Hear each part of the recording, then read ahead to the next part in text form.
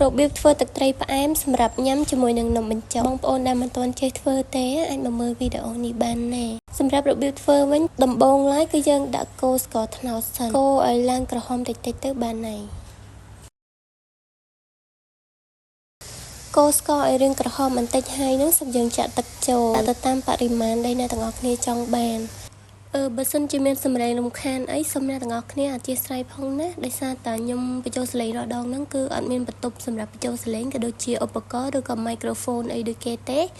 បញ្ចូលសលេងឆៅផ្ទាល់ហ្មងណាអញ្ចឹងសលេងអីនៅជុំវិញផ្ទះគេធ្វើអីខ្លាំងហ្នឹងគឺលឺសូរទាំងអស់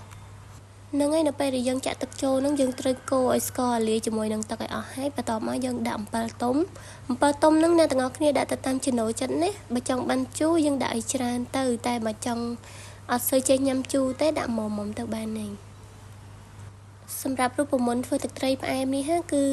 យើងអាចយកទៅធ្វើលក់បានដោយសារតែបងស្រីដែលកំពុងធ្វើវីដេអូហ្នឹងគឺគាត់ជាអ្នកធ្វើម្ហូបលក់ឯងហើយនៅពេលដែលគាត់កំពុងធ្វើហ្នឹងខ្ញុំក៏ឆ្លៀតថតវីដេអូដើម្បីទុកមកចែកជូនអ្នកទាំងអស់គ្នាទស្សនាពីរូបមន្តរបស់គាត់ចឹងឯង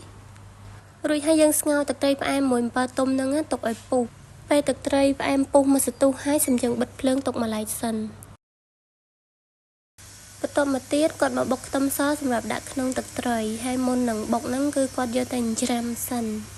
ហើយសូមបញ្ជាក់ថាបុកតែខ្ទឹមសទេណាខ្ទឹមក្រហមនេះយើងគ្រាន់តែចិតឲ្យស្ដើងទៅតែមិនបាច់បុកទេបងស្រីដែលគាត់ធ្វើទឹកត្រីផ្អែមហ្នឹងគាត់ជាអ្នកធ្វើម្ហូបលក់នេះគឺជារូបមន្តរបស់គាត់បើច្រើនជាគាត់មកលេងហើយអញ្ចឹងពួកខ្ញុំក៏ឲ្យគាត់ធ្វើទឹកត្រីផ្អែមឲ្យតែម្ដងទៅហើយឆ្លៀតថតវីដេអូបានទៀត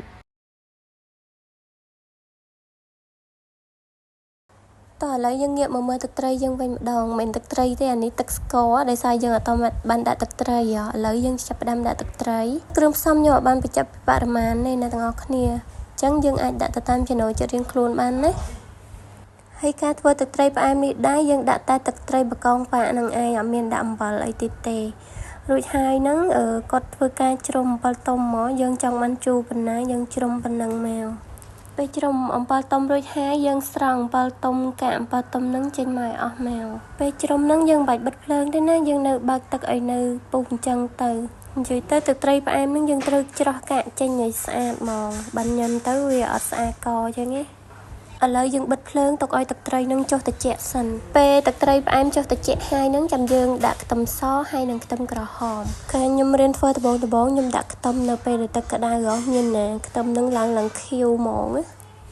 សម្រាប់ការធ្វើទឹកត្រីផ្អែមនេះផងដែរគាត់បានបញ្ជាក់ថាដាក់តែទឹកត្រីបកងប៉ែនិងស្ករត្នោតហាមប្រើប៊ីចេងដាច់ខាតគាត់ថាបើយើងប្រើប៊ីចេងទឹកត្រីនឹងភ្លាវអត់សូវឆ្ងាញ់ទេនិយាយទៅខ្ញុំព្យាយាមនិយាយអត់ឲ្យចំពេលគេធ្វើអីទេអ្នកទាំងអស់គ្នាដោយសារវាមានសម្លេងរំខានខ្លាំងពេកតែពេលខ្លះទៅនៅតែកិច្ចអត់ផុតចឹងព្រោះថាសម្លេងញញច្រើនសម្លេងមួយឃ្លារបស់ខ្ញុំហ្នឹងនិយាយមែននិយាយឡើងចង់10ដងដោយសារនិយាយម្ដងចឹងមានសម្លេងរំខានច្រើនលុបវិញនិយាយម្ដងទៀតរហូត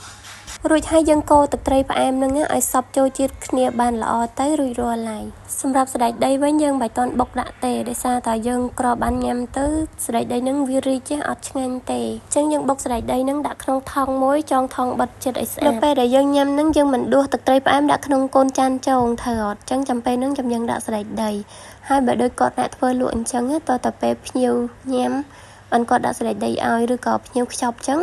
យើងដាក់សណ្តែកដីក្នុងថង់ទូចមួយមកហើយទុកឲ្យភ្ញៀវដាក់ចូលក្នុងទឹកត្រីផ្អែមនឹងខ្លួនឯងហ្នឹងហើយអ្នកទាំងអស់គ្នារបៀបធ្វើទឹកត្រីផ្អែមញ៉ាំជាមួយនឹងនំបញ្ចុករបស់យើងរួចរាល់ហើយគឺមានតែប៉ុណ្្នឹងទេសង្ឃឹមថាវីដេអូនេះគឺជាចំណេះដឹងឲ្យអ្នកទាំងអស់គ្នាអាចសាកធ្វើញ៉ាំនៅផ្ទះដោយខ្លួនឯងបានណាបើសិនជាមានកំហុសឆ្គងកន្លែងណាដែលពួកខ្ញុំមិនបានដឹងនោះក៏សូមអធិស្ឋានហើយបើមានចម្ងល់អីក៏អាច comment នៅខាងក្រោមវីដេអូនេះបានដែរឥឡូវនេះខ្ញុំសូមជម្រាបលាអ្នកទាំងអស់គ្នាសិនហើយយើងនឹងជួបគ្នានៅវីដេអូថ្មីជាបន្តទៀតបើសិនជាចង់បានរូបមន្តអីកុំភ្លេច comment ប្រាប់ខ្ញុំផងណាចាំខ្ញុំចេញរូបមន្តនោះឲ្យអរគុណច្រើនជម្រាបលាបាយបាយ